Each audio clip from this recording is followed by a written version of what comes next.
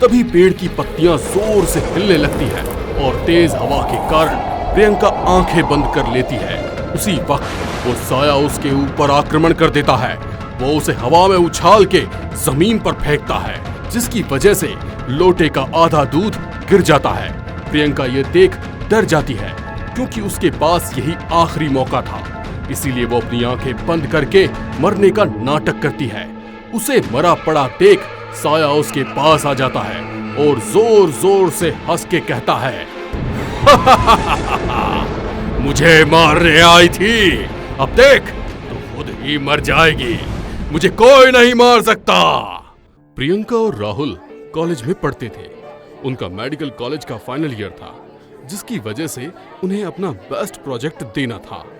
Exam होने वाले थे और उससे पहले ही सीनियर ने उन्हें पास के गांव में ट्रेनिंग के लिए भेजा था। तू यहाँ पर बैठी है और मैंने तुझे पूरे कॉलेज में ढूंढ लिया।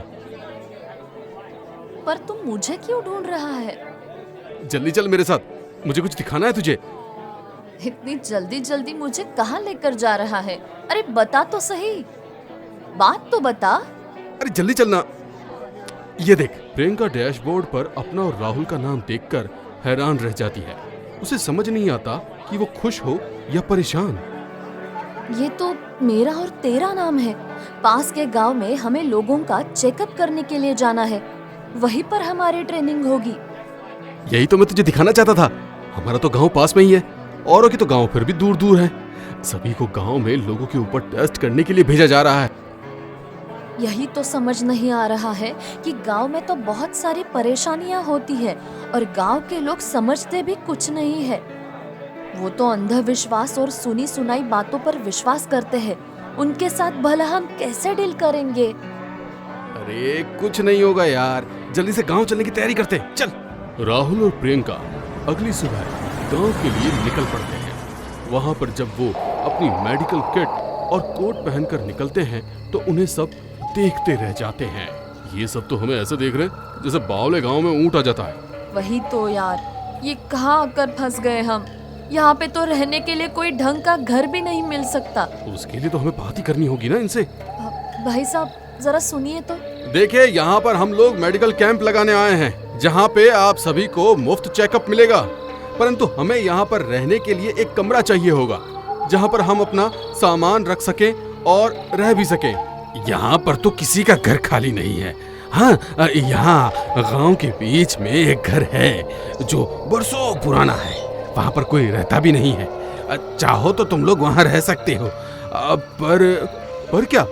तभी वहाँ पर दूसरा व्यक्ति आता है और उससे कहता है, तुम्हारा दिमाग खराब हो गया है क्या, जो इन बच्चों को उस भूतिया घर में भेज रहे हो? हाँ, इसीलिए तो मैं पर चुप हो गया था ना। आखिर बात क्या है? तुम उस घर के बारे में बात करते हुए इतने डरे डरे से क्यों लग रहे हो? देखिए, बात दरअसल ये है कि वो घर वैसे तो ठीक है, पर और वहाँ कोई परेशानी भी नहीं है, परंतु वहाँ पर जो भी रात को रुकता है या फिर वहाँ जाता है, वो कभी जिंदा वापस नहीं आता। उस घर के आसपास ना एक साया मंडराता रहता है और वो लोगों को मार देता है। इसीलिए आज तक उस घर में किसी ने रुकने की हिम्मत ही नहीं की। आप इस गांव से चले जाइए, हमें कोई हेल्थ चेकअप नहीं करवाना है। अगर जरूरत होगी तो हम खुद आपके अस्पताल में ही आ जाएंगे, क्योंकि यहाँ पर देखिए कोई कमरा भी खाली नहीं है और जो कमरा खाली है वो खतरे से खाली नहीं है। ये सब बेकार की बातें होती है, कोई भूत नहीं होता है। हम उसी घर में ठहरेंगे और वहीं पर अपना कैंप लगाएंगे। आप सब लोगों को बता दीजिए कि हेल्थ कैंप लगा हुआ है, सब अपना चेकअप करवा ले। एक व्यक्ति पूरे गांव को हेल्थ चेकअप के बारे में बता देता है और वो लोग उसी कमरे में ठहरकर हेल्थ चेकअप करते हैं। धीरे धीरे रात होने लगती है। सभी अपने घरों में वापस चले जाते हैं और वहाँ प्रियंका और राहुल अकेले रह जाते हैं। चलो, आज का काम तो हो गया। आज मुझे बहुत तेज नींद आ रही है। हाँ, मैं भी थक गई हूँ। एक काम करते हैं, अभी ये सब ऐसे ही छोड़कर सो जाते हैं, सुबह देखेंगे। राहुल और प्रियंका दोनों सो जाते हैं, परंतु राहुल को अचानक से किसी और के चिल्लाने की आवाज सुनाई देती है, जिसकी वजह से वो उठ बैठता है और बाहर निकलकर देखने लगता है और उसे एक अजीब सा साया दिखता है। वो उस साये के पीछे पीछे चल पड़ता है। कुछ दूरी पर जाकर वो साया गायब हो जाता है। अभी तो वो साया यहीं कहीं था। ये मेरे माथे पर क्या है? हाँ? अरे ये तो खून है। राहुल ऊपर नजर करके देखता है तो वो साया उसके ऊपर गिरकर उस पर हमला कर देता है। राहुल नीचे की तरफ झुक जाता है और वहां से भाग खड़ा होता है। फौरन वहां से भागता है और अचानक प्रियंका से टकराता है और फिर उसे सारी बात बताता है। तब प्रियंका उसी साये का रूप धारण कर लेती है और उसका धीरे धीरे खून पी जाती है। सुबह प्रियंका राहुल को न पाकर उसकी खोज शुरू करती है। तभी उसको एक आदमी मिलता है जो उसको उस साये की कहानी सुनाता है। वहां पर एक आदमी अकेला रहता था। वो शिव जी का बड़ा भक्त था। गांव के मुखिया की बेटी उससे बहुत चाहती थी, लेकिन उसे इस बात से कोई फर्क नहीं पड़ता था। वो सिर्फ शिव जी की भक्ति में लगा रहता था। एक दिन मुखिया की बेटी उसके घर गई और रोते रोते बाहर आ गई। उसने गांव वालों को कहा कि उसने उस पर जबरदस्ती करने की कोशिश की। ये सुनकर मुखिया ने उसको पूरी तरह से मारा और इस घर में बंद कर दिया। उसके हाथ पैर भी बांध दिए। वो तड़प तड़प कर मर गया। उसके कुछ ही दिनों बाद गांव वालों को पता चला कि मुखिया की बेटी ने उसे फंसाया था। तब तक उसका साया गांव की लड़कियों को एक एक करके मारने लगा। गांव की लड़कियां बेवजह मरने लगी। तभी एक पंडित को बुला के उसके साये को उस घर में कैद कर दिया। तब से वो साया इस घर में जो भी आता है उसे मार देता है।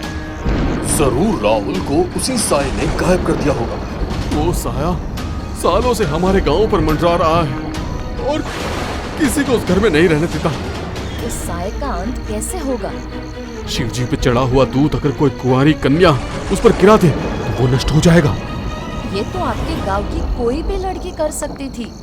हमारे गांव को श्राप है। इस गांव की कोई भी लड़की उस साये को नहीं मार सकती। अब इसको अंजाम तुमको ही देना होगा। तुम्हें अपने दोस्त की मौत का बदला भी लेना होगा। मैं इस काम को जरूर करूंगी और उस साये को नष्ट करके रहूंगी। लेकिन वो साया तुम्हें ये सब इतनी आसानी से नहीं करने देगा। मुझे इस साये को अपनी ओर लाने के लिए प्रेरित करना होगा। तभी मैं इसके ऊपर ये दूध डाल पाऊंगी और इस गांव को इस साये से मुक्त करा पाऊंगी। अगली रात प्रियंका मंदिर में शिवजी पर जल और दूध चढ़ाकर एक लोटे में भर लेती है और उस साये को ढूंढने के लिए चल पड़ती है। थोड़ी देर बाद उसे कुछ डरावनी और रोने की आवाज आने लगती है। लेकिन जैसे उस व्यक्ति ने कहा था कि वो साया तुम्हें डराकर उस दूध को गिराने की कोशिश करेगा, मगर तुम सावधान रहना। तभी पेड़ की पत्तियां जोर से हिलने लगती है और तेज हवा के कारण प्रियंका आंखें बंद कर लेती है। उसी वक्त वो साया उसके ऊपर आक्रमण कर देता है। वो उसे हवा में उछाल के जमीन पर फेंकता है, जिसकी वजह से लोटे का आधा दूध गिर जाता है। प्रियंका ये देख डर जाती है क्योंकि उसके पास यही आखिरी मौका था। इसीलिए वो अपनी आंखें बंद करके मरने का नाटक करती है।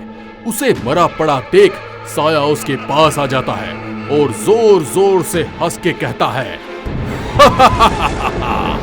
मुझे मारने आई थी, अब देख खुद ही मर जाएगी, मुझे कोई नहीं मार सकता। और वो उस पर हमला करने ही वाला था। तभी प्रियंका तेजी से लोटे में बचा हुआ दूध उस साये पर फेंकती है। वो साया जोर जोर से चीखने और रोने लगता है। उसकी चीख से सभी गांव वाले वहां आ जाते हैं। धीरे धीरे वो साया राख में बदल जाता है और नष्ट हो जाता है और पूरा गांव उस साये से मुक्त हो जाता है।